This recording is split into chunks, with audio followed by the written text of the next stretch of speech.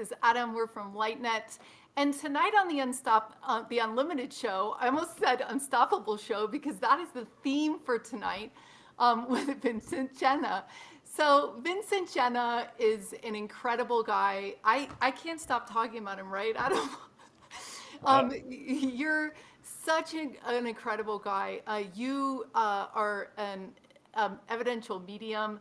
You're a psychic. You're a leader. You do workshops. You're an author, and you've had an incredible life.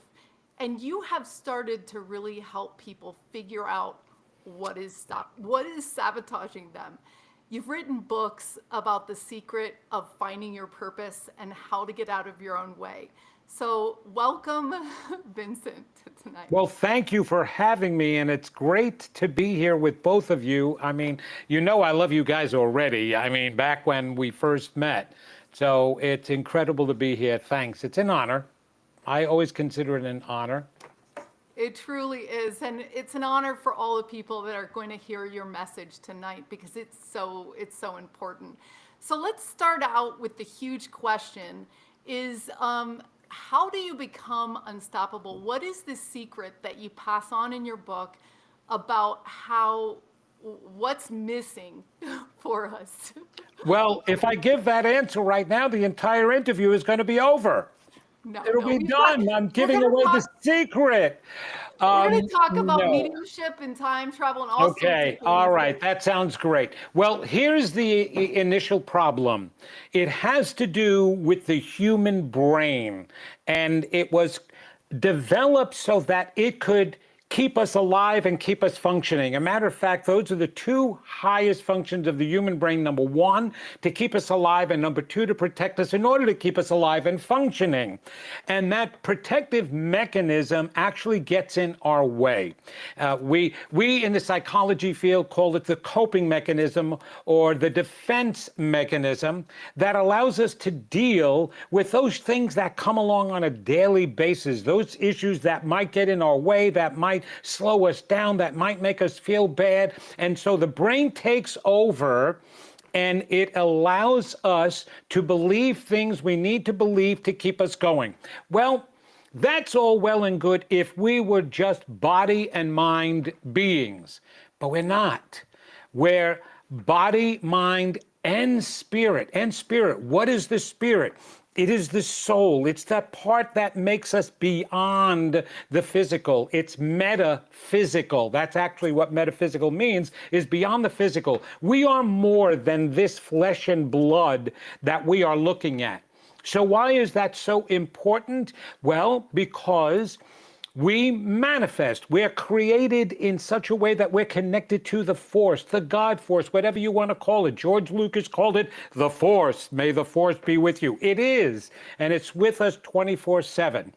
And the thing is, it is connected to each of us, but are in our unconscious minds, not our conscious minds. So what happens is whatever you believe on a deep, unconscious level now, not a conscious level, is what you're going to manifest. The problem is that people think they believe one thing when in fact they're believing something else, Senka. And that's what winds up getting in our way, is what we're really believing about ourselves that's stopping what we're wanting to manifest. And we wind up manifesting what we don't want to manifest. I call them the I'm nots in there that are hidden deep down, our first set of beliefs when we come into the world that we develop from all the negative messages we're receiving from our environment. The I'm nots. I'm not good enough, I'm not lovable, I'm not deserving enough, I'm not smart enough, I'm not pretty enough, I'm not tall enough, whatever enough. We hold on to those beliefs, and the brain suppresses them, represses them, hides them, and creates a whole new different set of beliefs to protect us from those bad feeling beliefs. Otherwise, we wouldn't be able to function. Now, we see some people who don't have that defense mechanism. Those are the people that are walking around and experience some mental pathologies like depression or anxiety or something like that. But the rest don't even know what they're believing about themselves. So most people don't believe what they think they believe, and that's the secret. And we have to bring what you really believe to the surface in order to heal it and correct it and change it so you're manifesting what you want. So that's the Reader's Digest abridged version of my entire book, The Secret That's Holding You Back. That's what's in my book. There you go. That's amazing, because I have been told that. They were like, if you want to really know what you believe, like deep down, just look at your life. Look at the results. What wise person told you that? I just say that all the time. But I don't know if it was me who told you that, but that is the wisest thing. You look at the outcome of your life that will tell you what you're truly believing about yourself. So you were, you're Italian, you know how to sing, you have this great personality that's magnetic, and you were set to be an actor and a performer. And then something happened. What happened that changed your course? I became responsible? No. That's the answer that my mother wanted to always hear, is that I became responsible and got a full-time job. No. What actually happened is my acting led to my gifts right now that I have. And the way it did that is so I'm going to drop some names here, right?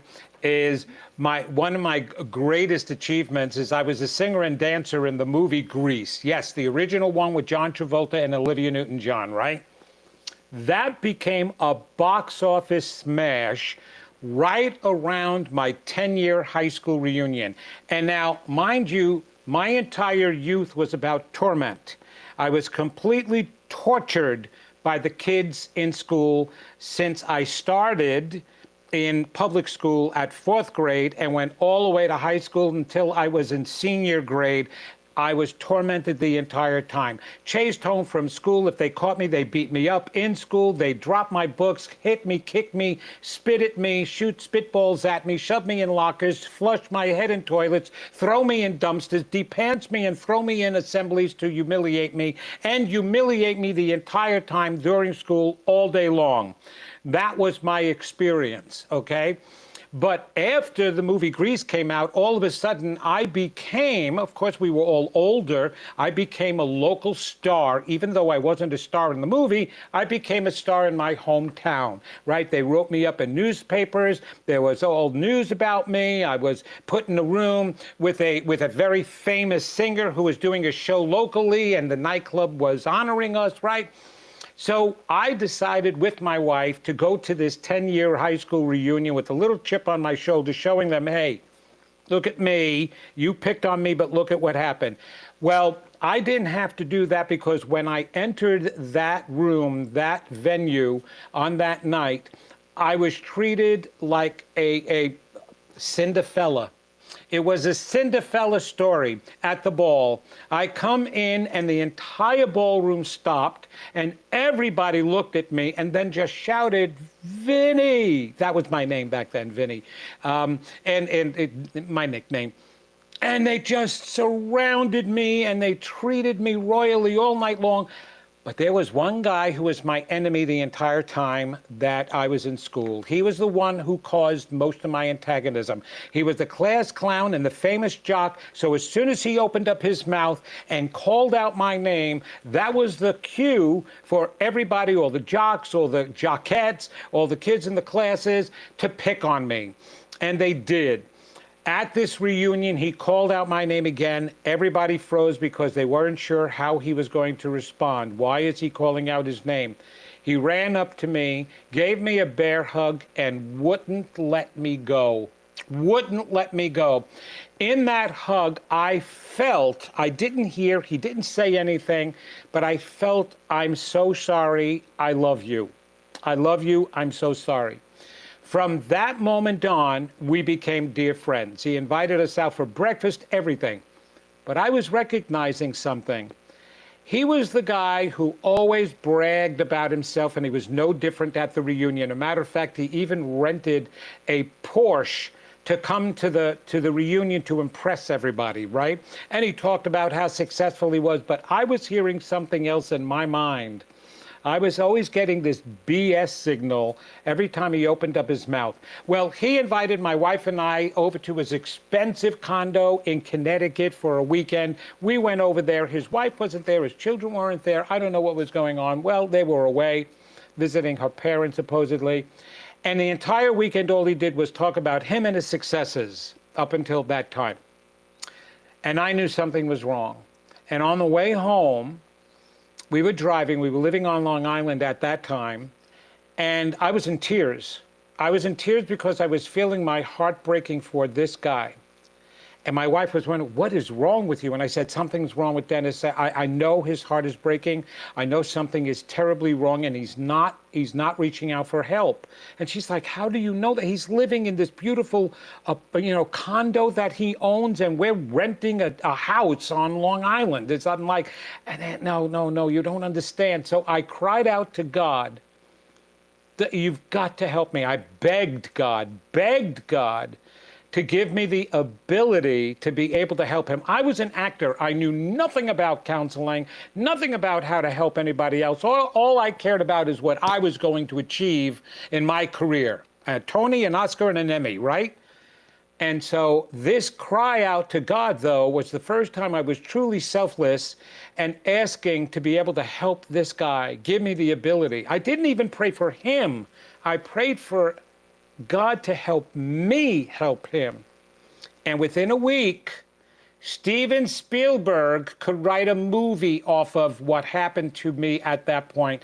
With all the paranormal stuff, I'm reading minds, psychics are entering my life, spirits are in my house, coming into my house, all of this unbelievable stuff happening, being told that I'm going to be a spiritual teacher in 7 years.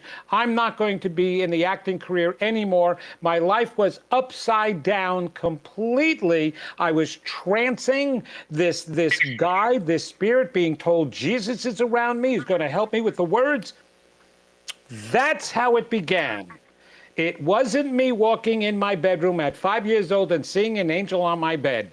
Usually it was mom with a belt ready to hit me for something. That's how it started. That is incredible. That's an incredible story. There's a lot of really incredible stories. I don't know how incredible it is at this point because, the funny thing about it, nothing, including the abuse I went through, I don't know if I was numb. I don't know. Yes, every single day I had to worry. I lived in fear. I had physical ailments because of that. I had IBS at the time. That IBS wasn't even diagnosed, irritable bowel syndrome, right? As well as other physical issues. But when I look back, I can't remember hating anybody. I can't remember feeling sad for my life. What I do remember is I was a really good actor and singer. I had a beautiful voice back then when I was a child. And so that and this, when I did shows, I was in choirs, I was in every single show I could be in, musical theater show in high school, in an outside theater group, and this kept me alive. This kept me going. And truly, that was the only thing, and I don't know even till this day, I don't know how incredible or that my gifts are that great. I just do what I know I can do, and I want to do more all the time. That's all I keep asking for is more ability. I just want to do more, and I never look at myself as having this great talent or this special ability. I just see myself as a child of God and, wanting to walk that path and wanting my brothers and sisters to just believe in themselves and have a happy life and stop this horrible suffering.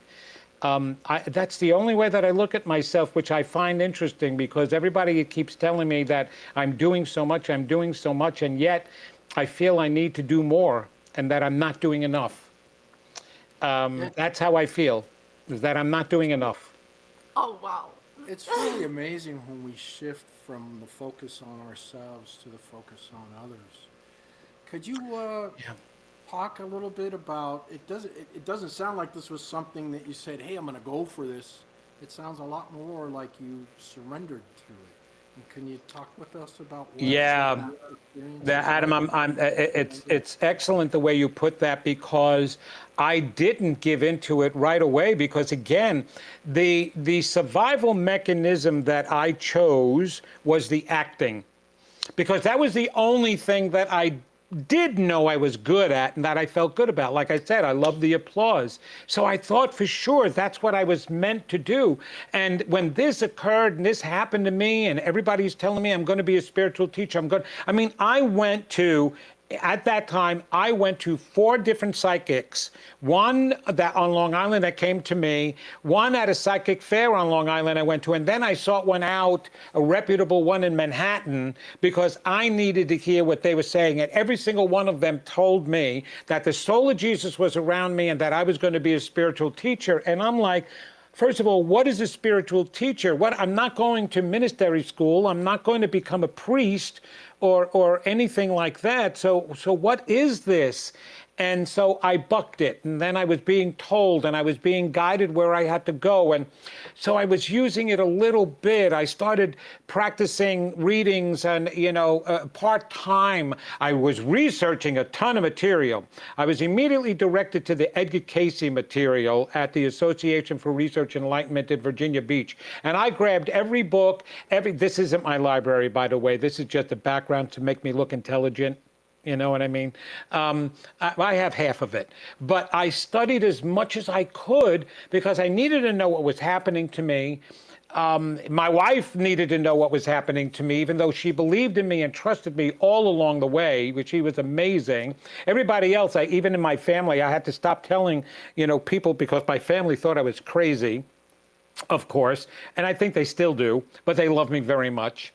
And I was just researching it, but I didn't want to be involved in it. I mean, a psychic, those were the loonies in California. I did not want to be a loony from California. I know I lived there, but that's all I thought of when I thought psychic. The labeling. Back then, I came from a small town, Levittown, Long Island, right? I was not up on the new age material yet. This is what forced me into that direction and to study metaphysical and paranormal stuff.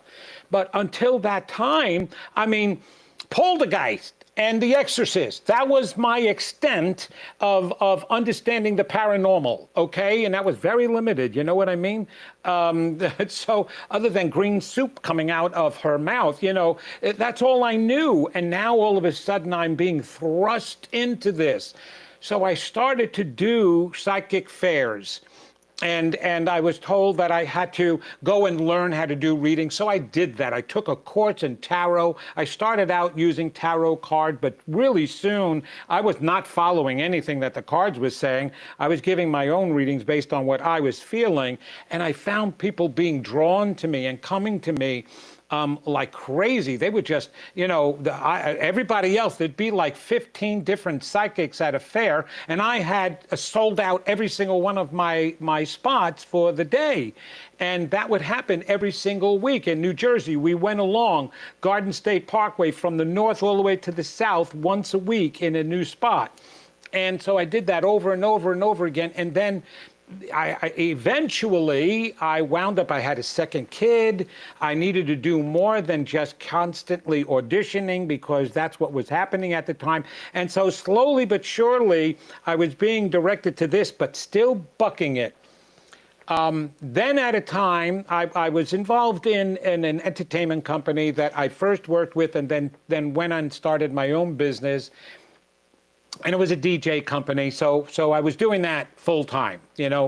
Full time for a DJ is on weekends and Fridays doing parties, and I was very successful at it. And I was enjoying it. And then I was in an automobile accident, and the automobile accident stopped me from being able to do that. I had some injury, and back then they were crates of LPs and 45s you had to carry around. I couldn't do it anymore. and I didn't know what to do. Now what do I do? My business was stopped, right? And then one weekend while I was doing readings, I happened to tell one of my clients who came to me every 4 weeks, and he was a banker, and he turns around and he says to me, he says, why don't you become a psychotherapist? He says, I get more help from you than I get from my own therapist. I said, a psychotherapist, that means I have to go back to school. I never wanted to go to school. I received a 4-year scholarship based on my acting when I graduated high school at Hofstra University on Long Island, which was one of the most formidable universities that had a replica Globe Theater, which was famous for Shakespeare acting, okay? And so I received a scholarship for that. Slept in the parking lot the first semester. I hated college, dropped out. That's when my mother kicked me out of the house. That meant I had to go back to school full time. And I was married, had 2 children at the time. I took that home to my wife and said, you're not going to believe, one of the guys said I should go back to school. Plus, she said, you know, and I was thinking, that wouldn't be such a bad idea if I had a psychotherapy degree, because as a psychic, I'm going into their minds anyway, and their souls. And I don't want to cause any damage. So she said, you need to go back to school. I'll support us. I'll do what we need to do, but I'll support us. You go back full time. And that's what I did. I went back to school. I started in New Jersey.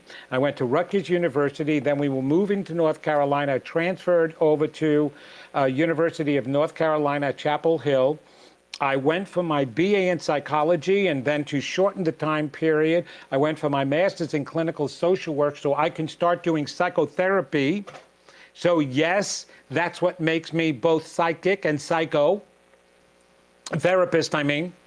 And so now I was feeling a little bit more confident because, okay, if I'm going to do readings, I know the human mind upside down and inside out. Okay, I've studied enough in it to know how to treat people, where they're going, what I need to do to help them, which is why you come for a reading with me, and it's like 12 years of therapy, because the psychic in me goes right to the root of the problem. The therapist in me knows how to help you with that, as well as the psychic part, right? So I finally started accepting it. And then all of a sudden, it blew up into a full-time job where now I'm being invited to speak at events and conferences. I'm being asked to do paid workshops at expos. So I started traveling around with one company, and I was doing that for a while. So I began to accept it. And so that's when, Adam, I finally surrendered into it, because everything was directing me to that. I couldn't do any more acting. I was doing it here in North Carolina, but more along the lines of part-time. There was a regional theater here, professional, and I was able to do shows and keep that going, but that was not for a living. It was in between so that I can have some fun as well. And eventually, I even gave that up. For the past 14 years, I've been just fully focused on writing my book, doing these readings, traveling the country, doing television shows, doing incredible podcasts like yours. And so that's when I finally surrendered. Adam, I'm 70 years old now. I surrendered last year. No, I'm not. No, it was definitely sooner than last year. It was definitely a few years ago, but I was still in my 50s. It took me that long. I'm a stubborn guy, very stubborn, which is the reason why I was told I meant to teach this, because I wasn't a great student in a past life. So they said, if you're a teacher in this life, you'll learn a lot better. And so that's why I do what I do now. Now I'm fully engaged in it, immersed in it. It's the greatest thing I ever did. It was definitely a learning experience, putting my brakes on. But I promise everybody this: if you just ease up on the brakes, if you just let up on your heels, you will be directed right where you are meant to be, to the most fulfilling and rewarding gifts of your life. Lift up your heels and take off the brake. I promise you, you'll get there. We are cracking up over here. Your What an amazing personality. story. and your personality is just so amazing. It's so You like the fun. psycho part? Definitely. Kicking and screaming, all the way. Oh my goodness, I'm telling you. Yes, that's what we need to laugh. We need to smile about this stuff too, because we take life too seriously. Way too seriously, which is why we try to protect ourselves. We don't need to protect ourselves. We need to relax and trust ourselves. And then all of a sudden, the universe is right on your side, that you can see it more because it's always there. It truly is. And so even in just meeting you guys, okay, I have to tell you that when I met you that weekend, it was the worst weekend of my life. Just so that you know, I was physically feeling absolutely horrible. Well, first I have this muscle condition, and then there's a female vortex in the venue that we were presenting at, a female vortex, which that vortex pulls you down into the earth. It pulled everything out of me, and I didn't have the strength to give anything. And then all of a sudden, Adam came up to me on Sunday and asked me to do this interview with you. And it was like I got an adrenaline shot. And everything came back in. And I found my zone. And when I was doing my workshop and my talk, I was in my zone. You didn't know how much I was in pain and I was suffering at that point. Because when I'm doing my work and when everybody does their work, and this is actually scientifically proven, every cell in your body aligns to the vibration of your pure essence of who you are meant to be and what you're meant to do when you are doing your divine work that you've chosen to do when you come here. Your body, and I've had a scientist and doctor explain that to me. He was some bioengineer, and I don't know what the actual technical term is for a doctor who studies the energy within you and around you. There's special doctors for that. And he said, absolutely. Everything balances out completely. Your cells actually are all healed in a perfect state. You could have stage 4 cancer, and if you are doing the work you're meant to do, all of a sudden you're completely healed. But then as soon as you get off of that and you go back into your mundane world, bingo, you're back to where you were prior with that illness, with that feeling bad. So when I'm doing my work, this is how I know I'm meant to do what I'm doing, is because when I get in my zone, forget it, I'm in perfect condition, just perfect healed condition.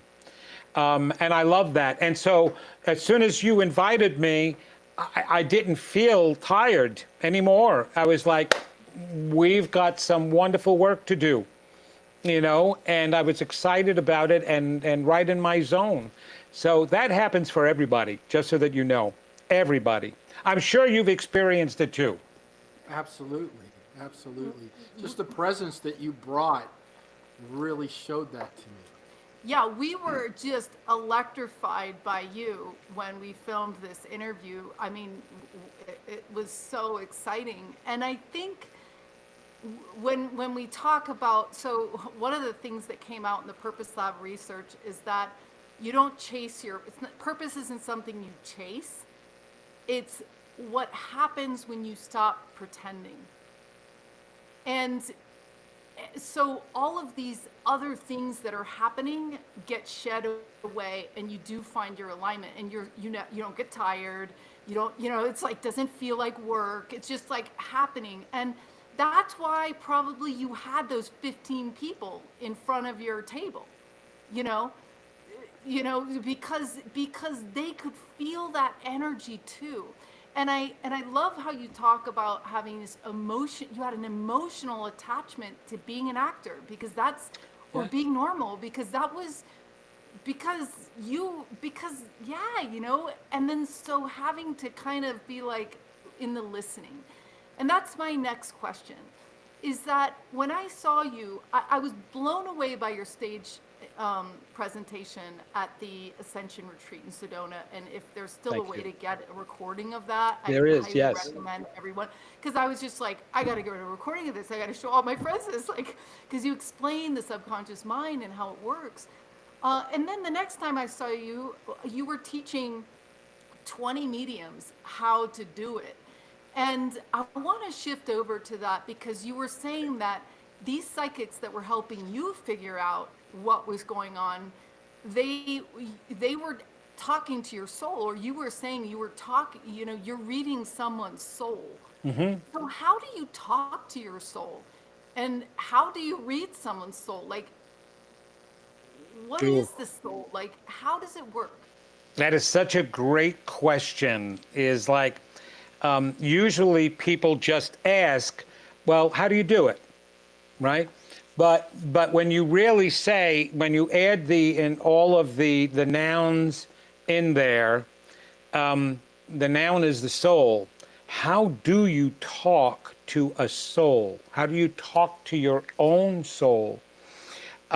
Because you're suggesting that there's two parts to us, and there is two parts to us. There's the human mind, and then there's the soul's mind. And the soul is always your body is within your soul. And your soul is always with you, and it's always on. But it doesn't intercede. It doesn't make things happen. I mean, believe me, my soul is working its soul's butt off if a soul has a butt. And it was totally trying to get me to become aligned with my true purpose and reason for being here in my dreams. And the thing is, it can't make things happen because that's what free will is about. And the free will isn't just part of the soul's mind, it becomes part of the human mind. So there's two parts to free will. The free will of your soul to decide how it wants to grow, what it wants to experience from lifetime to lifetime, what it chooses for itself in order to evolve. And then once we get here, then there's the free will of the human mind, the left brain thinking. And I can tell you this right now, the human mind free will doesn't want much to do with the soul's mind free will. Matter of fact, it doesn't even know it exists for most of the time. And when it finally does learn that it exists, like I did learn that I had a soul's mind. I didn't want to hear it, because I was deathly afraid of the soul turning around and telling me you're not meant to be an actor. And that soul's mind, I knew, was connected to your higher source, your higher self, and also the God source, the angel sources. All of those are connected to your, what Edgar Cayce called the oversoul. The oversoul is that part of you that was originally created by that deity, okay? And that remains in the higher dimensions or the heavenly dimensions, whatever you want to call it. Down here, this soul piece of Vincent is just an essence, a small essence of that larger soul. And it is conducting and doing what the larger soul is telling it to do so that it can experience itself and get to know what it fully knows. The whole oversoul has to still evolve and grow itself. When the God force created it, whatever you want to call it, that force that created the soul, we were all children with all the knowledge, but not the knowing of that we knew. So in other words, we had an truly unconscious or a superconscious knowing of everything, but we did not have a conscious knowing of what we knew. So we come here to experience that so that we finally understand who we are as these divine, magnificent beings. But in order for you to know what you know, you have to experience it. You have to go out into the world. It's the same thing in school. You learn a lot of lessons in school, but it's not until you get into the real world that you get to apply those lessons, and then you go, oh, that's what a discount is. Oh, I got a sale on my jeans that I bought for the first time with my own money. Oh, now I get it. And so that's when you begin to know. Okay, so we have that knowing, and that understanding going on. So you've got the soul's mind then. It's constantly talking and giving guidance to your conscious mind and your free will there. It's telling you, go this way, not that way. But also beneath the surface are all those negative, bad feelings about yourself. I'm not good enough, I'm not smart enough, I'm not deserving enough. And the defensive mechanism, like I write in my book, that's suppressing all of that is also suppressing the soul's guidance and intentions, okay? So what I have had to learn to do is to pay close attention to those inner words, that inner guidance, that inner knowing, that inner feeling. It's always coming from the inside. And your gut feeling and intuitive feeling always comes first before a thought, right? Our two greatest gifts are intuition and intellect. And the purpose of intellect is to be able to label the intuition and what you're feeling.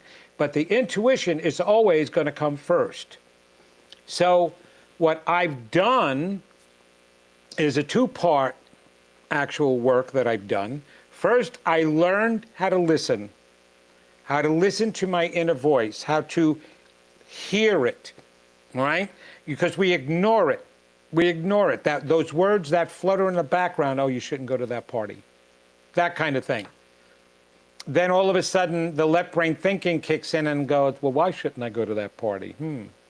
I don't know. I feel funny, but I don't know. I'm just getting a funny feeling. And then I'm supposed to shut up and listen and trust that inner voice and not allow the left brain mind now to turn around and go, no, that's silly. Everybody's going to be there. They're expecting you to go. Go ahead, go. Right? And then you wind up showing up, and in the middle of the party, some drunk guys get into a fight. They fall on the table that's right by you. The table crashes, hits your leg, breaks your leg. You're walking out of there or limping out of there going, why do all these bad things happen to me? Well, because you didn't listen to your guidance that said you shouldn't go to the party to start with. Right? So I have had to learn to listen to that voice. That's the soul's voice. That inner guidance system. And it's not always about a bad feeling at all. As a matter of fact, most of the time it's not a bad feeling. And when I'm teaching people, I'm teaching them honor the feeling that comes to you, especially in mediumship. Honor the voice that's talking to you. Honor the vision that you're getting. Today I was just doing a reading and I'm spot on. I was hitting all of these wonderful things for this person that needed it, truly needed it. And then towards the end I went, wait a minute. All of a sudden I'm seeing a pair of shoes and shoelaces untied. I know it sounds really silly, and I told her on the phone that. I know it sounds really silly, but if I'm seeing it, then it's important. So what is standing out for you about shoelaces being untied on a pair of sneakers? And she turned around and she says, well, this morning, my 7-year-old son came to me for the first time after he learned how to tie his shoes and asked me to tie his shoes. And I felt something's wrong here because he normally always wants to tie his own shoes, but for some reason he was asking me to tie them. As soon as she said that, the rest of the information came in. I said, he's in an emotional state and he needs attention right now, which is the reason why he's asking you to tie his shoes. Work with him, talk with him, find out what's going on. It has something to do with his father. Spot on. That's exactly what it was. But I had to honor the picture that I saw. I had to honor then the voice that was coming in. So you have to listen to yourself. You have to listen to yourself.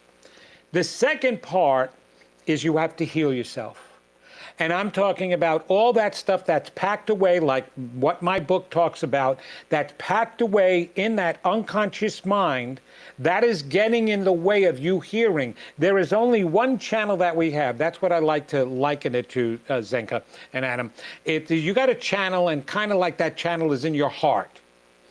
And a channel is like a hallway, an umbilical cord. People call it all different things. I like to see it as a channel that's either open or closed, right? As long as the channel is open, you're receiving the information, accepting it, hearing it, and using it, right? And as long as it's open, it's going to keep coming to you. But as soon as you have any kind of negative feeling, fear, doubt, anger, resentment, any of that negative stuff, that channel closes. So any time that you're self-critical or your past happens to, that scar happens to be re-inflamed and you're feeling bad again, get into an argument with somebody, bam, bam, that channel is closed and you can't hear anything. You can't hear anything from your deceased loved ones, from your soul, from the God source, from an ascended master. It doesn't matter. Angels, you're not hearing bookus because that channel is closed. So I always teach people how to open that channel and honor and trust your inner voice, and then do your healing so that channel is guaranteed to remain open as much as possible. But it truly is honoring your inner voice. Even Ralph Waldo Emerson, a famous philosopher, said that. He said he wrote in essays, and one of his essays was self-reliance. And in that essay, all he talks about is the importance of honoring that inner voice, that guidance system. Sometimes in the beginning, it will guide you wrong. Maybe it tells you, yeah, you should take this job, and really you shouldn't have taken that job. But in the beginning, that's going to happen. And you know what? Better to make a mistake or a lower choice on your own words than listening to your best friend who is telling you what to do and what not to do. Because you'll never know that you can get your own answers and your own guidance if you listen to anybody else. So in the beginning, you might make mistakes. Later on, I'm promising you, your voice gets stronger. Listen and trust your inner voice. Everybody gets it all the time. There was one special day, and I don't want to belay this any longer, but this is really important. There was one special day, there were some people who woke up in the morning getting ready for work, and one father turned around and said, hey, you know, honey, I came home late last night. I didn't get a chance to see the kids long. I'm going to drive them to school today, and I'll just go to work a little bit later. Okay. And another person woke up and said, oh, I'm taking a me day. You know, I haven't had a personal day to myself for an entire month there. I'm taking off. I'm staying home today. And another gentleman woke up and said, I'm going to get my chores done in the morning and just go to work late. That way I can come home on time and I don't have to hit all that traffic and we can have dinner tonight together. Right. And do you know what day that was? That was on 9/11. On 9/11, there were several people who listened to their inner voice and didn't go to work. Now, I don't know how many others received the same messages and didn't listen to them, but I do know there were many that did listen to them. As a matter of fact, they're experiencing survivor's remorse, but they're hopefully getting through that at this point because they should have survived. And so that inner voice is what truly, truly, truly guides us, and that's how you have to listen to it and honor it, and it becomes stronger. I hope that explains it. That's hilarious because, of course, you answered the question that I was going to ask you, like, what is the single most thing that mediums, what's the single biggest mistake they make? And that's that thing, like stepping into that fear. And this is really cool because this is when I was taught to channel, this is what they told me. They were like, look, I loved your example of saying like, oh, my inner voice is like, don't go to the party. And then your other voice comes in. It's like, hey, but why? And like, why not? And like, hey, wait a minute. And it's the, hey, wait a minute, all that stuff. And they told me when you channel, because you don't want to open your mouth because you're freaking out. You're like, how could I know anything about this person? I've never met them. Like, how is this going to work? And so your fear is just building. You're getting nervous. And we had to like see, we have to see these strangers, to practice. And they were like, just open your mouth and start with the characteristic about them that you feel. Like, oh, you feel like a breath of fresh air in a field of sunflowers. And so that kicks that channel in, and then you don't stop talking because it's just coming in and you're not filtering it Yes. through that voice. It's like, I'm scared. What am I doing? Like, how's it working? So we all know, you guys that are listening, that we can be in a channel when we're dancing, when we're working, when we're cooking, when we're with our kids. It's that freedom. I want to invite you to hit like on this video. I want to invite you to go to vincentgenna.com as well to check out his books, check out his work, book a session, whatever, because it's vincentgenna.com. So we're going to take questions soon from our members. Okay. I have a question about time, but Adam also has a question. So this is the final question. Yeah, that was really fascinating, Vincent. And Amazing. it caused me to recollect on train records, people who take the train, and they found, looking over 57 years of train records, that when a train was going to crash, it had a lower rider count than normal on that day. Across the board. Like, we do get signals that try to save our lives if we listen to them. So the question I had for you is, I've got experience with these two me's, and what I've noticed, and I'm asking you about, is over time the human mind gets really clever, and it tries to sneak in there and say, oh, I'm the soul, and here's what you should do next. I'm sure you've noticed this in yourself and others. Can you give us any advice on how to deal with that cleverness? Yes, stop listening to it. Oh my gosh, are you kidding me? Adam, that's the whole thing that besides what we've been talking about, what holds us back, it's that part of your mind, that left brain thinking that gets us in trouble. It wants to talk us out of our greatness. It doesn't want us to believe how unlimited we are. It wants to limit us. And that's coming from the way it's been trained. It's been the experiences. It's actually your scars speaking. It's the unconscious part of your mind. Now, here's what I'm going to say to make it easy for everybody to look at it this way. So that way you can learn how to control that voice more. Every adult, unless you're an outlier and you have a mental pathology that's going on, every adult is rational, reasonable, reliable, and stable. Let me say that again because everybody's going, are you kidding me? My mother-in-law is neither of those. No, that's not true. Every adult is rational, reasonable, reliable, and stable.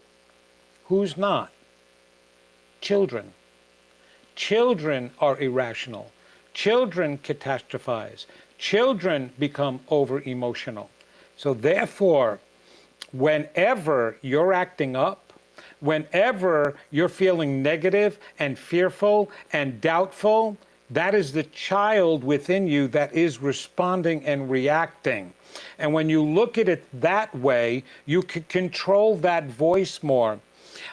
Because I was so tormented when I was a child, yes, I've taken care of my issues. Otherwise, I wouldn't be the spiritual teacher I am today. Matter of fact, I use that to be part of the teacher that I am today, okay? However, the scarred left brain little Vinny is still in me. Every injury causes a scar. Every scar remains inside of you. And so you have to know when that little you voice starts speaking. I know when it starts speaking because, like I said, as soon as I become fearful, doubtful, self-critical, it's little Vinny. However, that's not to say that just because you know that voice, it's not going to talk anymore. You have to be aware of it talking. And recently, last year, and I'm going to admit this because it's very important for me to be able to admit because it truly is my belief. Last year, when I turned 69 years old in April 1st, as a matter of fact, okay, I started thinking about my career. And like I said earlier, I never see myself as somebody really special. Well, sometimes that's to a fault. And little Vinny will come in, and I was examining my career and thinking, I'm not exactly where I want to be. I'm not out there enough. And so I went right to the place of, it must be my fault. I'm not working hard enough. That's what little Vinny, And it came in so fast before I could stop it and really recognize it, because you'll fall into that. All of a sudden you hear that voice, and then all of a sudden you become emotional. Once you become emotional like that, that voice takes over even more so for you, right? And that's what causes people to have depression. Normally I get myself out of it really quick, but for some reason this time I was looking at everybody else. I was seeing all the videos they were doing. I was seeing the appearances that they were making, and I just kept saying, you're not working hard enough, you're not doing enough work, otherwise you'd be out there more too, just like them. Within a week of me saying that, I caused a genetic neuromuscular disease to make itself apparent to me, as you saw, okay? And now I am physically incapable of doing a lot of work because my muscles will just fail, from my legs all the way up to my jaw.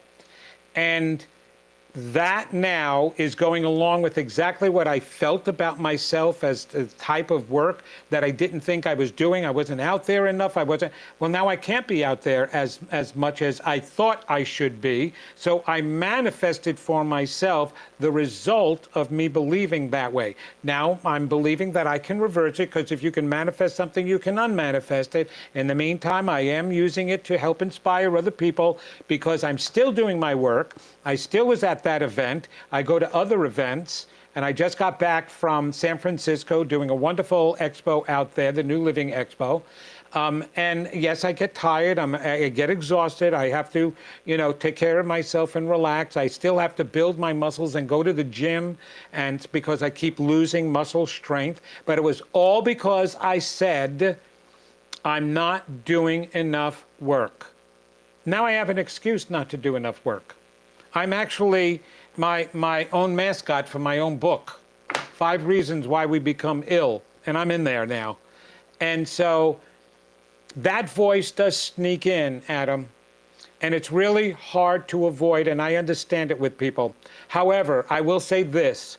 I've created a spiritual bank account for myself, meaning I've done enough spiritual, loving, compassionate, caring work that instead of this becoming a mortality issue and something that could take my life, it's just hovering where it is right now. And I know I can reverse it. And that's because I did do positive work. So things don't go so rotten for you that you can't ever get it back. Just understand that. Marianne Williamson wrote in Return to Love, which was a fabulous book, that section, and I'm sure most of you have heard this quote. Go back if you haven't. Google it on YouTube and get a video, or go to my website. I have that video posted there. Our deepest fear. Our deepest fear is not that we're inadequate. Our deepest fear is that we're powerful beyond measure. And it goes on, which is beautiful. Why would we fear our power? Why? Because we fear misusing it. In actuality, when Jesus came down, before he started his mission, he was walking the desert for 40 days and 40 nights and supposedly being tempted by the devil 3 times. That wasn't a physical devil at all that was tempting him. It was his own inner demons and fears that he had to face before he started his mission, because he felt the same way. Oh my gosh, what am I supposed to do? What am I supposed to use my power for? What happens if I misuse it or abuse it? And what are people going to think about me once I start using this power? They're going to hate me. They're going to whatever. He had to get through all of that. So we all go through that dark night when we're in our power, and it's okay. We just have to remember to stay in the practice of that positive self-talk and reinforcing the truth about who we are. I am doing enough work, obviously, otherwise I wouldn't have met you. I wouldn't be here right now. So I have to be talking to little Vinny constantly and letting him know how wonderful and beautiful he really is.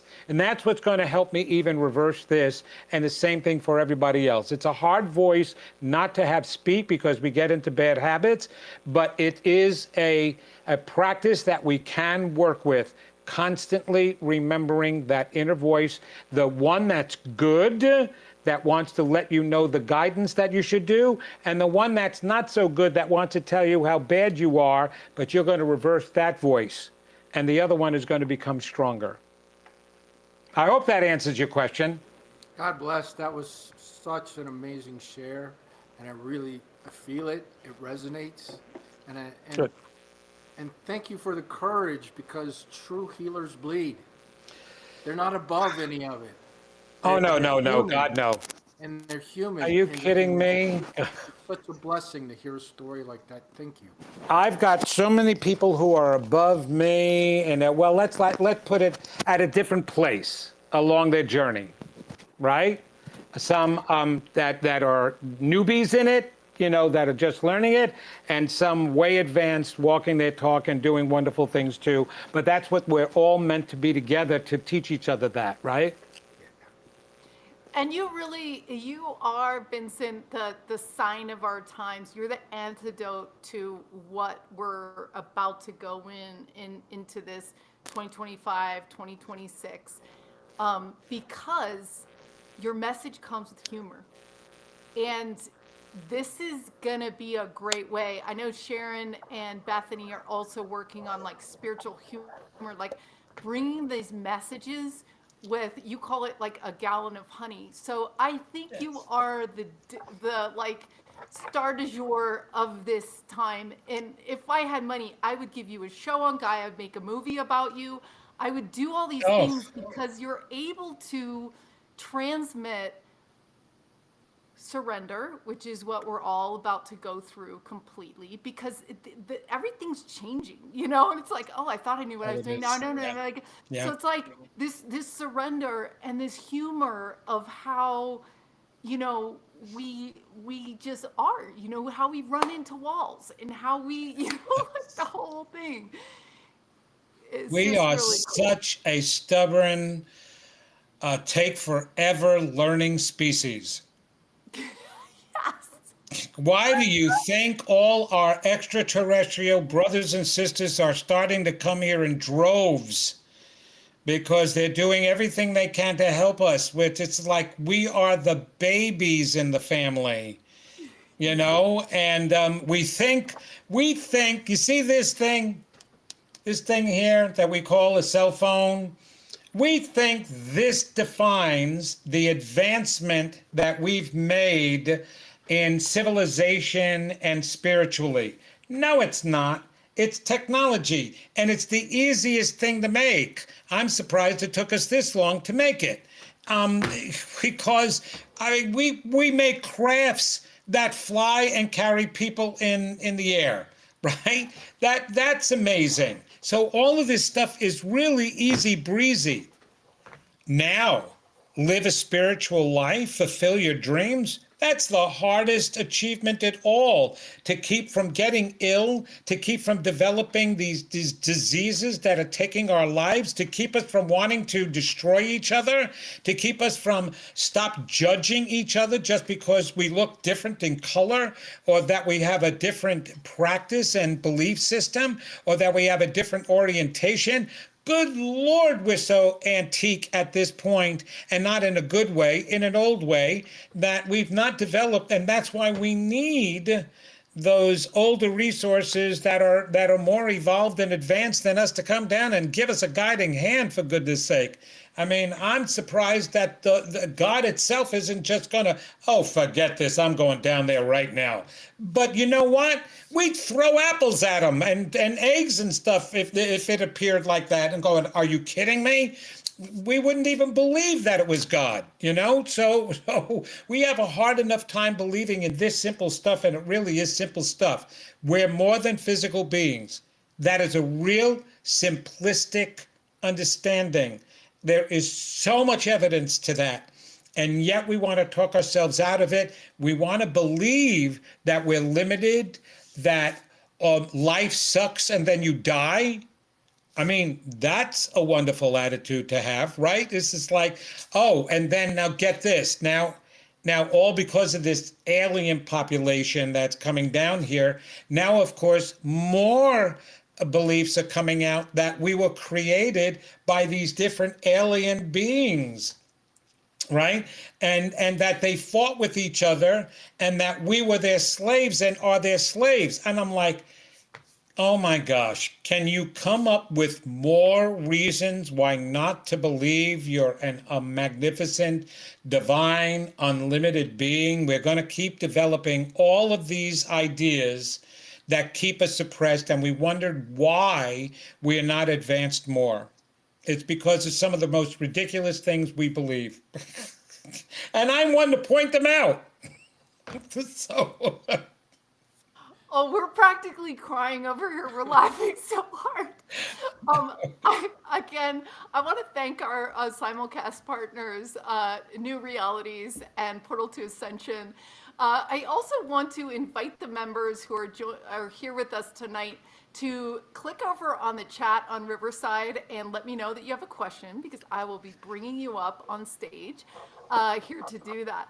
So, and if you're not a member, you can go to ourlightnet.org/join.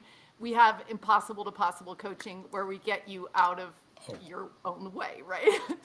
So I had a question for you. It's so off topic. It seems like not really the right question, because I'm also interested in talking about aliens, but I had written down that I wanted to ask you, in your other interview that you did with us, you talked about time a little bit and how the past is changeable. Yes. What? The past I is love changeable.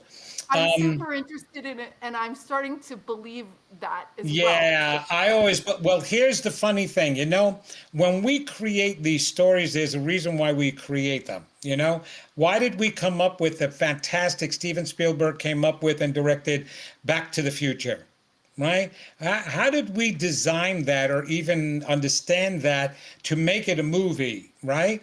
And yet they did, and it was really reasonable. It was really reasonable. And the truth is that there is nothing that we can't change and go back to. Now, that being said, that doesn't mean, because this is another one of those theories now because of the aliens, that they are actually our future coming back to us to keep us from making a mistake that's going to affect them.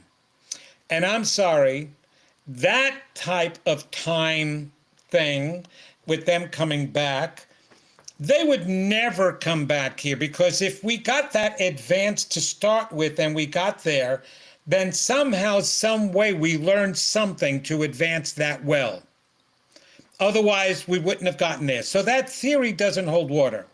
However, Dr. Joe Dispenza, I was reading his book, Breaking the Habit of Being You, which I love. Breaking the Habit of Being You. And in it, he actually talks about an experiment that was being conducted by the specific lab that was trying to, by thought, change the outcome of the way something was growing. I'm paraphrasing right now because it was a while ago that I read that. But the most important thing that I remember is in the process of these scientists trying to change what was right presented in front of them in the here and now, they discovered they changed something in the past, and that there were two new past realities rather than just one. When they went back to research something, they saw a different past. And so they were like, wait a minute, we just changed the course of the past. And if you really think about it, well, no, if you really think about it, you need to be stoned in order to be thinking about it this way.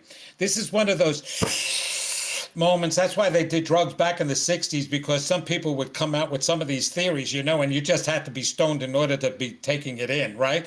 And it's like, or if you watch the television show Ghosts, it's like, what's her name, who is always stoned and is like, she's a great ghost. I love her. But the point is that the past, the present, and the future is not linear. We created it to be linear only in order to help us understand this physical world and to label it. But in actuality, and it was in the New York Times several years ago that scientists were talking about, and I had said this before I read that article, that the past, the present, and future are dimensions and locations. They're not measurements of time, and they're actually occurring at the same time, using that word. Okay, these dimensions are 3 dimensions and they overlap each other. And so the future, here's the present, here's the future, here's the past. Okay, just so that people want to know, what is deja vu? Deja vu is the feeling that something happened before when you experience it. All right, what you're really doing is you're jumping into the future and then jumping right back again. And you're right here, boom, boom. A psychic like myself, not only do we tap into your soul and your soul's records about you from the past, which is right here, we also then jump into your future, which is right here. So it's just a matter of going through the veil up, going through the veil down, or you want to do it this way, it doesn't matter. But it's all happening at the same time. So therefore, something you do here not only can change this, but can change this. Why not? If it's a location, it can change what's in that location. If it's linear, then it's much harder to think of being able to change something that went past us. But now I've got another mind-blowing thing. So light up again, light up. Okay, here's another mind-blowing thing for you, okay? All right. We never can live in the present. We never can live in the present. Okay. Light comes into your eyes when you're looking at an object. It goes to the back of your brain. It's actually an inverted image. Or whether sound is coming into your ears. It doesn't matter, but it still takes a nanosecond or a second before your brain registers it. Therefore, by the time something is registered in your brain, it's already happened. Now, how is that working? Because it seems like it's happening right now. Because your brain has the capacity to make you believe that and feel that. Another mind-blowing thing about the eyes I just talked about. Where your eye nerves attached to the back of your brain is a black spot. All the nerve gathering. You got this nerve gathering at the back, so that's a blind spot. It's actually your macula. Macular degeneration is when you begin to see that black spot. It starts spreading out now, and it's covering all the other areas. But while it's normal and healthy, we don't see a black spot in the middle of our vision. Why? Why is that there not a black spot in the middle of all our vision? And if our brain is just piecing together what it automatically sees, there would be an overlap of something. But it's not. It's filling in that black hole. It's filling it in. But it's filling it in what it believes should be there. That's how miraculous we are. It's filling in solidness, even though those chairs you're sitting on right now, those billions of atoms that make up that chair, they're vibrating and they're moving, but every single atom has more space to it than solidarity. If you go back and look at the consistency of an atom, there's a nucleus and there's a proton and there are electrons, and the electrons are spinning around the proton. They're not attached to the proton, they're spinning around the proton. So now take 33 billion of those and you have 33 billion amount of space. Or everybody's thinking, oh yeah, but they're overlapping each other. That's what's filling in the space. No, it's not. It doesn't matter. You can't eliminate the space. You multiply the 33 billion by the protons, by the electrons, and by the space. And when it comes down to it, we're more space than we are solid. But because we're living in a physical world and choosing to live in this physical world, our brain is like a matrix filling in what we think is there. So being able to go back in time and change something, that's nothing. That is nothing. which is why when Jesus said, don't worry about tomorrow, he never said, don't worry about the past. He also said that tomorrow has its own worries, but you need to use your past in order to be happy in your present, to be able to create your future, all of which are truly happening at the same time. So there, go stick that in your pipe and smoke it. That was so cool. You know, part of my brain is like, that's why I want to learn how to channel, because I do have all these questions, like, how is this all working? And the more it breaks my brain, the more I'm like, lean in, like, wait a minute. I know. And this makes perfect sense, because we can, I mean, sometimes these strange scientific truths also are metaphoric. You know, just like Yes. you're talking about your little Vinny. So when we heal our inner child, we actually improve the outcome of our future. Yes, And we are. so it's so interesting, right? That we can get into that. And that's, you know, how do we have these premonitions? Like, I shouldn't go to work today. You know, that is time, that is, there is Yes. proof that time isn't what we think it is. No. So I wanna switch gears. Lori, I know you in the chat, Bethany said you had a question. So if you can turn on your camera, I'm gonna go to you for your question. But let's see. So Lori, I'm just gonna bring you up. I don't see your camera on, so I'm gonna, but by the way, Vincent, everyone in the chat is like also in tears, laughing. So it's Oh, are like, they? you know, like literally the chat's like, they can't, and this is when you let the love in, Yes. because it's like, that's why you're the antidote to our future. You are that, you know, like you talked about being a guy Cinderella. Like, I see you like that, because when we're in fear, everything shuts down. But when we're laughing, it's just like we can like breathe for a second. All this worry and stress and change in Absolutely. the world. It's Zanka, so we're great. going to do so much laughing when we get to the other side, looking back and going, and I thought that was important. Yep. So I'm gonna look here. Okay, so Bethany or Sharon, do you have a question? Because now they're saying Lori didn't have a question.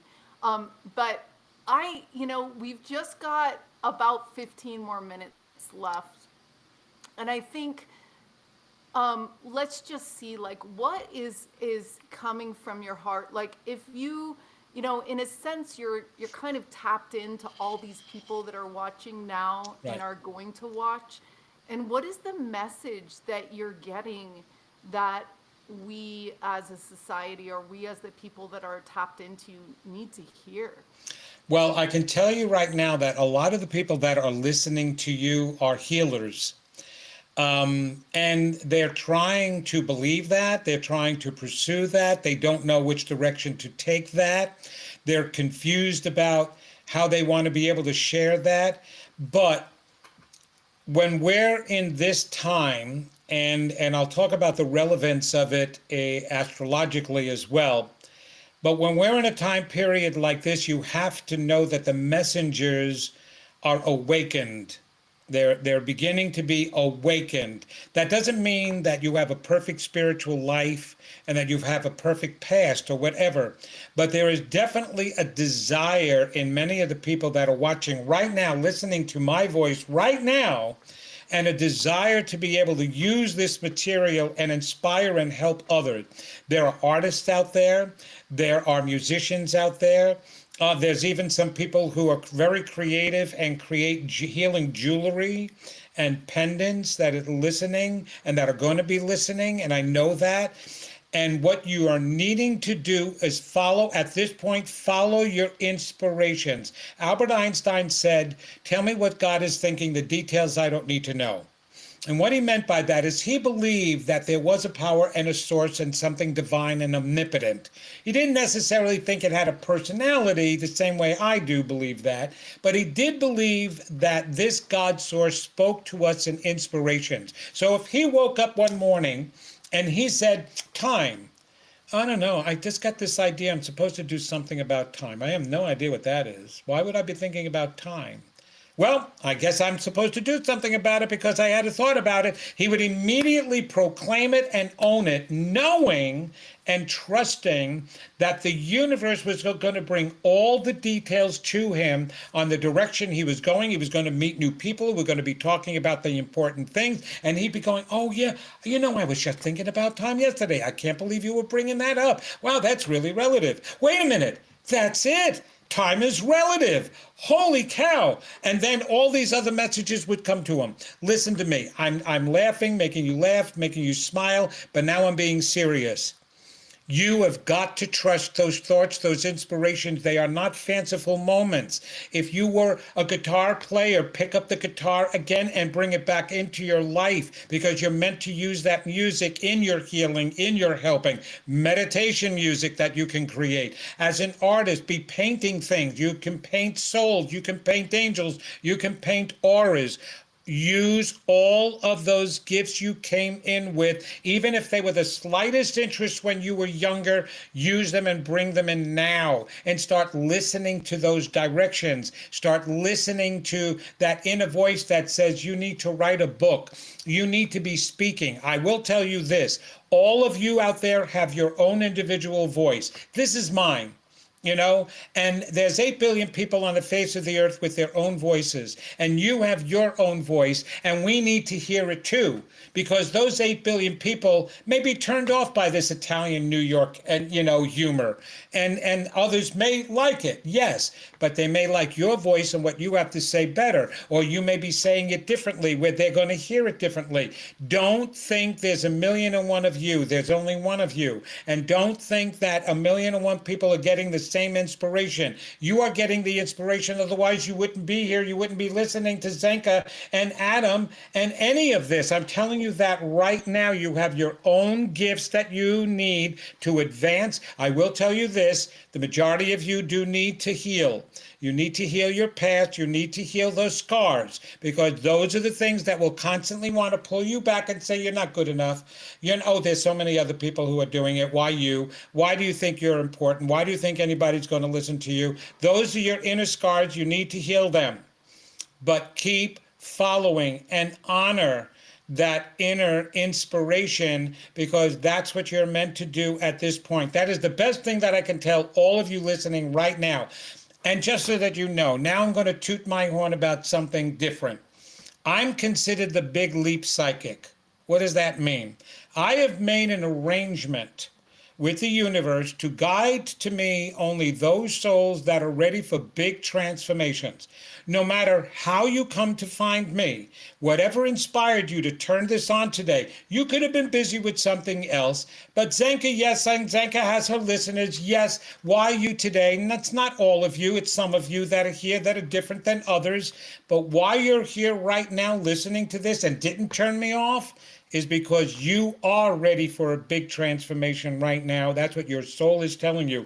Otherwise, you wouldn't be listening to this. I promise you that. Follow it. Astrologically, every planet is aligning for our benefit this year. It's turbocharging everything that's spiritual, starting your own business, inspired to help others, healing abilities, creative abilities, all being turbocharged this year. Why? Because we're going to hell in a handbasket. Because there's a lot of garbage going on, and we need all of you. So the universe is conspiring to bring this talent, this ability, this inspiration to the surface because we need it more now than ever before. Your light is needed in the midst of all this darkness, and you will be seen, and you will be heard, and you will be successful. That's what I want to share with all of you. That is so incredible, because you are just so tapped in. I mean, you started describing the people on the call. We have a lot of members that are stepping into their own healing businesses and just getting started. It's just amazing. And Okay. I knew from age 7 that I was supposed to research time using our collective intelligence. So it's like, yeah, I mean, I knew that. So we have about 10 minutes left, and we do have two questions. So Good. I'm going to bring up Lori first for her question. So Lori, welcome. Hey, Lori, how are you, you sensitive being, you? Hi, I'm doing great. So yeah, that's awesome that you said that. I do tend to be pretty intuitive and just know things. So I've always wondered why it's so difficult for me to see or hear the way you described being able to like, hear the spirits or the mediums, or if whenever you see like the records of people, do you have any guidance or tips on how to more, because I tune into the subtle energies pretty often, and I'm starting to really be able to feel myself and my inner knowing.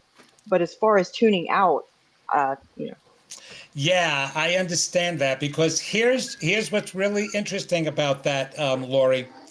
The moment you really start seeing, and the moment you really start hearing, and that real knowing when you're there, it solidifies who you really are. And you're afraid of that. And you don't know you're afraid of that, but you are afraid of that, because that then brings you to the next level. It makes the stakes higher. It means now, girl, you are a medium, you are psychic, you are a healer. Get your butt out there and start doing that work. And that's what you're most afraid of. You're afraid of letting people down. You're afraid of getting the wrong image. So that's the only thing getting in your way, because little Lori, I'm hearing corrections of her when she was younger. When you thought you were doing good as a little child, I'm hearing inside of you, no, that wasn't good enough. No, you should have done this, or you could have done better. That's what I'm hearing inside of you right now. Does that make sense to you? Yeah, yeah, definitely. definitely. So you're doing the same thing. The two things we learn from our parents growing up is whether we're lovable and how to love ourselves. And the how to love ourselves is the pattern in the way we were treated or attended to, good, bad, or indifferent. So the pattern that you picked up was that, no, you're not good enough. No, you're not doing it right. No, you could be doing better. And now you're doing that. Little Lori is saying that to you on an unconscious level, but actually it is reaching up there a little bit. You have to get through that, hon. That is going to open up your channel even more so, because you are getting the images. They're right there, and they're probably shouting to you, I'm right here. And you're like, no, I don't want to see, because then that means I'm real. And our greatest fear, besides our power, is that we're the special beings that we always felt us to be. I know you felt you were special when you were a little girl, and when you were younger and kept growing up, you knew you were special. But now we've been taught that that's narcissistic and that's egotistic. And you know what? That's not true. Our ego is not our enemy. It's the greatest gift that the God Source gave us, because it identifies ourselves as an individual, because that's what the word means. Ego is being I. And when Moses asked God, what shall I tell them your name is? What did God say? I am. Wow, the most egotistical being around, I guess. But it wants us to say the I too. I am special. And don't be afraid of that, because we're not saying that others aren't. Everybody is special. You're allowed to feel special, and people want to feel special. Allow yourself to feel special, Lori. You'll be an incredible medium. I'll come to you. Oh, thank you so much. You're very welcome. Amazing, amazing. All right, Kel, you are last here for the question. So take it away. Go ahead, Kel, and don't start crying when I give you your answer. I'm already in tears here. know you are. This is slapping me in the face. And I got to tell you, I grew up in Bucks County near Levittown, Pennsylvania. So I know right where you're from. I worked at Bucks County Playhouse. I did a show there. Oh, you're kidding. I'm from Langhorne. Yeah, small world. Okay. So yeah, I what's your feel, I hear question? the accent and the Jersey and the whole nine yards. Of course. Of course. Can you hear me? Can you hear me? Yes, absolutely. So what's your question? You have a question, Kel? My question is, what do you do when you're ADHD, like me, autistic and ADHD, and have all the thoughts all the time? Like, I want to do everything. You know what I mean? Like, I have so many ideas hitting me all the time. Like, I want to do this and I want to do this. I want to do this. Like, is all Girl, of that who real, or told is that you were just, autistic? I just got diagnosed. It makes so much sense. Like, it makes total sense. What Like, it does it make explains my whole sense life. with? Because With you like, don't like hearing what is on this planet and you hear other wonderful messages instead, that makes you autistic because you don't want to necessarily attach to society, especially the way it is, and that makes you autistic? I guess. I mean, it's Yeah, I not know, I like guess. Yeah, they got to come it up with likes a to reason. nail. It's not like the kid autistic, like the No, DSM-5 I know. diagnosis. All right, It's I need different. you to stop thinking about that It's because you no longer need to make excuses for yourself. The whole okay. It's really reason to why myself. life Like, has been so confusing for you is because you are so much. You came into this world with a lot of open antennas and a lot of open gifts. Not to mention, you looked at your past lives and you had so many of them that you liked bits and pieces from that you took them all with you in this lifetime. I can Okay? see that. It's like, I want to do it all. I want to do it all. I want to play the piano. I want to be an artist. I want to be a writer. I want to be a speaker. Guess what? And I have. Do I've it been all. What is Yeah. stopping you from doing it all? Put it under one umbrella. The Laurie, the Ken umbrella. Ken Rush, Kerry Rush, Kel Rush, Kel Rush. Yeah. What's your first full name? Kelly. I like Kelly Rush. Go get a URL, Kelly Rush. And you're going to put all of that used to have it. underneath you. Is it Kelly Rush, though? I used to have the domain kellyrush.com, and now somebody else, I let it go a long time. I ran for Congress in 2000, and I had the domain for my campaign, and I let it go because I didn't really need it, and You somebody ran else for has it now. Congress? You're not I ran for autistic. United You're States mentally Congress. insane. No, do you Yeah, I run know. for Congress? What are you, Well, crazy? Yes, the answer is yes. I knew I couldn't win. I was a libertarian. I ran as a libertarian against an incumbent Democrat, my- and I needed to know what was going on. And it was so fixed. I figured it out. It's fixed, and no, it ain't the Russians. And my race was so fixed, the Republicans didn't even bother putting a candidate in. Of course, And and you know that. And so, girl, you're just full of a lot of ability. All you need to do is breathe more, slow down your breathing, and then figure out a way to incorporate everything that you do and know under one umbrella, because that's who you are. You're meant to do it all. You're never meant to, and this is for everybody listening as well. There's a lot of people come into the world with many different talents, and they ask me the same question: what do I choose? What am I? What should I do with it? Right. You're still a healer and a helper, and you have a lot of different tools. And some days you'll be talking about one thing in politics with somebody who got really into it and is messed up because of it, and they feel blocked because of it. Another day you'll be talking to an artist. Another day you'll be talking to a writer. Another day you'll be talking to a psychic and a medium who's sensitive like you are too. And you have the ability to do that. But you've got to promise me something, okay? You still need an excuse. And you don't need any excuses. You are now accepting this autistic, this other idea of who you are. Oh, it explains so much, right? No, it excuses so much. You're just a very full person who came into this world. There is nothing broken about you. I don't think of it as a broken. No, you had so many different experiences in your life, and not because of any kind of issue that you were dealing with in your mental state or whatever you want to call it. It doesn't matter. It's just the way you were raised. You, first of all, you didn't receive the guidance that you needed when you were growing up, okay? And quite honestly, I'm feeling disarray in your own home when you were growing up. So you're following that pattern, and not because of you, but because of what you learned already, your past, what you grew up with, right? So now you're using it. Oh, I understand it so much better. No, you don't understand it. You know what? I'm feeling so unlimited right now, and there's nothing wrong with that. And I'm going to use my unlimitedness. It is not a disease or a disorder. It's that I come in with all of this wonderful ability I want to be able to use, and this knowledge and this interest and this curiosity. That's something great about me. Yes, did my family have problems controlling their emotions? Yes, they did. Did I pick up some of that from them? Yes, but that's not me. So enjoy yourself for a change. Enjoy your difference. Enjoy how much you have of yourself in this lifetime. Some people don't even know they have any ability, and they feel like the most boring people on the face of the earth. Kel, I don't see a damn thing boring about you. So how about start appreciating that? There is absolutely nothing boring about you, and no party is going to go dead without a conversation with you being there. Okay? Do you understand that? And can you accept Yes, I that? do. Now start Yes, thank you. teaching other people how they can feel great about themselves too. Go out there and do that now. That's your job. That's your destiny. Okay? Okay. Thank you. Thank Oh, you.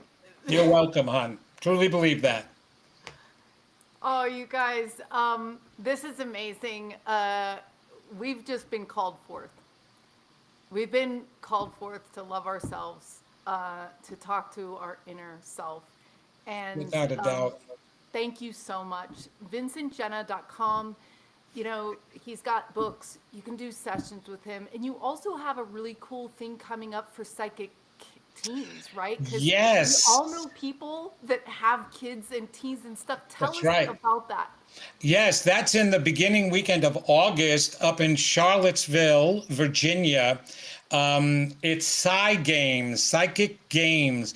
And so teens are made to feel either kooky, crazy, or weird about their abilities. Yes, there is plenty of material out there, and there's some parents that are able to help them and guide them. But this is a weekend opportunity for them to use their abilities in a fun way. They're going to be doing games and tests, and they have the most incredible speakers there. I am going to be there as well, speaking and doing a workshop.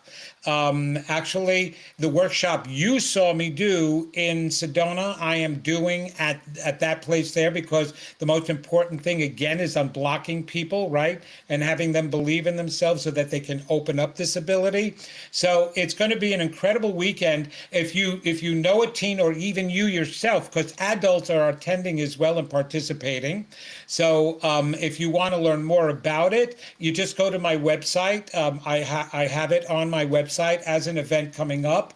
And it's just something completely new that nobody has ever done, except this gentleman, Hakeem, and his partners thought that this would be the greatest way for teenagers to feel normalized with their abilities and to be able to learn how to develop them in a very fun way. Hey, look, they spend hours on Fortnite, on the videos.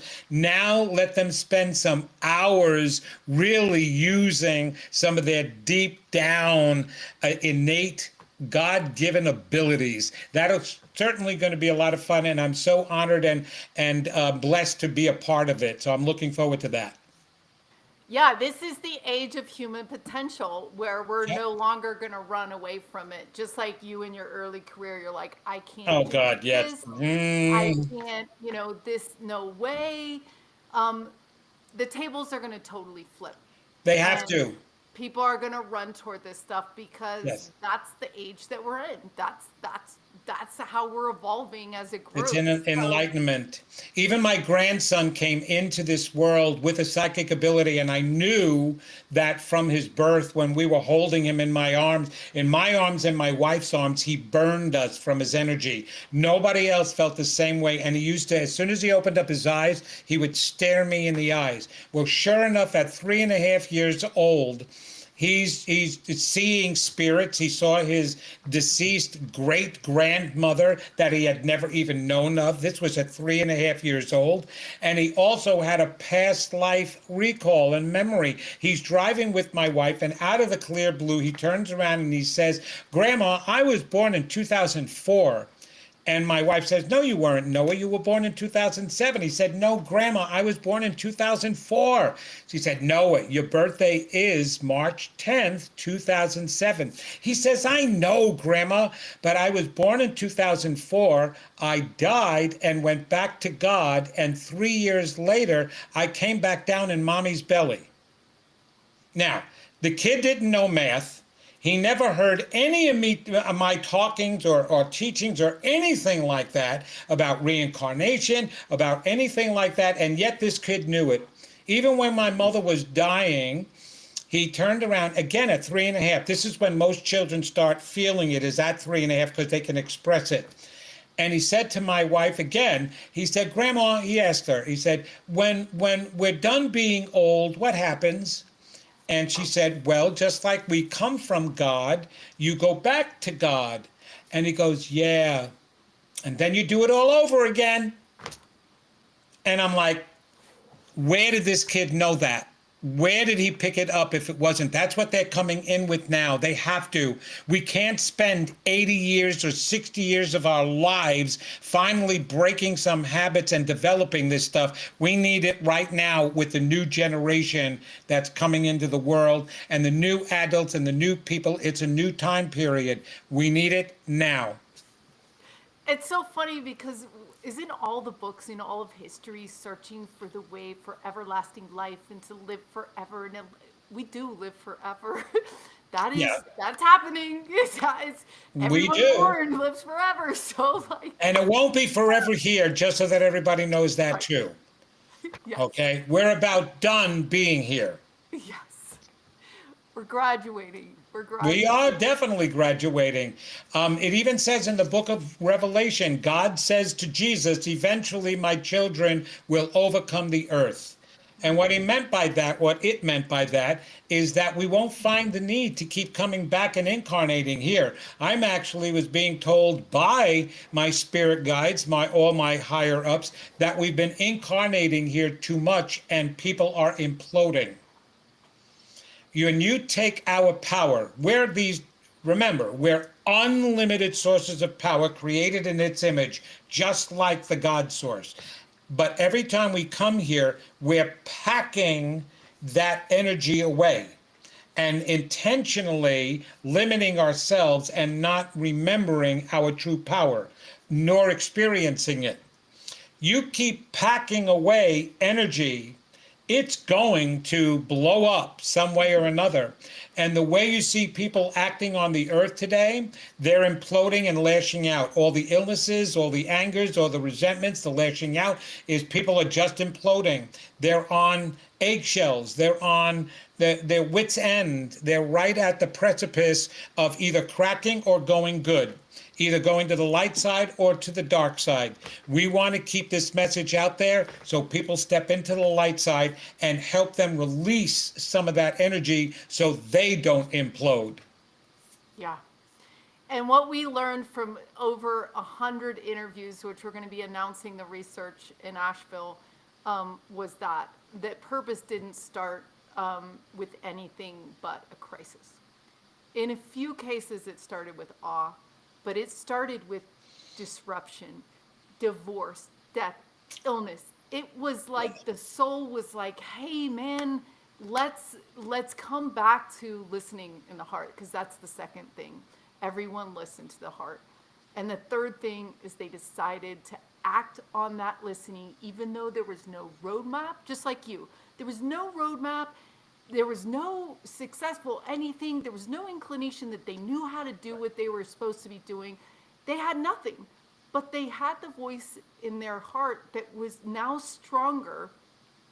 They felt that they had to listen to that because it was stronger than all the doubt, which was like, what are you doing? How can you do this? Like, you don't know what you're doing. And that grew over time.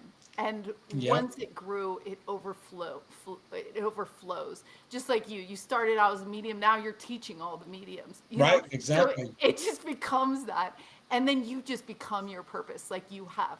You are unstoppable, Vincent. You are Thank you. an example of what you're telling me in every breath, I mean, just the amount of coincidences that you dropped, synchronicities into this podcast alone, Synchronicities, I'm like, synchronicities, right? wow. It's validation. It's all validation. And again, if we listen, we'll hear that validation, Yeah, yeah. right? So remember, your ego shouts and your soul whispers. So everyone, get out your let's listen I to the know. whisper Start mode. listening and honor and trust and believe in yourself. It's really interesting because a lot of people wind up talking about love, and that love is the most powerful energy and commodity on the earth.